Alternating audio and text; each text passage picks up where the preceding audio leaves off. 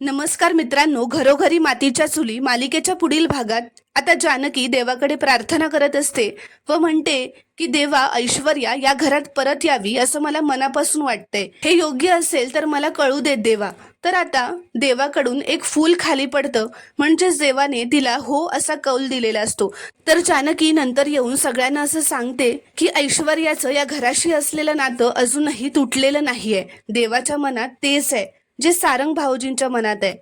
मी आत्ताच ऐश्वर्याला इकडे घरी निघून ये असं सांगते. असं म्हणत ती तिला फोन करत असते. तर हे ऐकून सौमित्रला खूपच राग येतो. तो रागाच्या भरात ते काचीचा ग्लास फोडतो आणि तिथून निघून जातो. तर जानकी म्हणते, सौमित्र भाऊजी असे का निघून गेले? तर ऋषिकेश म्हणतो, तू ऐश्वर्याविषयी बोलत होतीस ना, हेच त्याला आवडलं नाही, त्याचाच त्याला राग आला.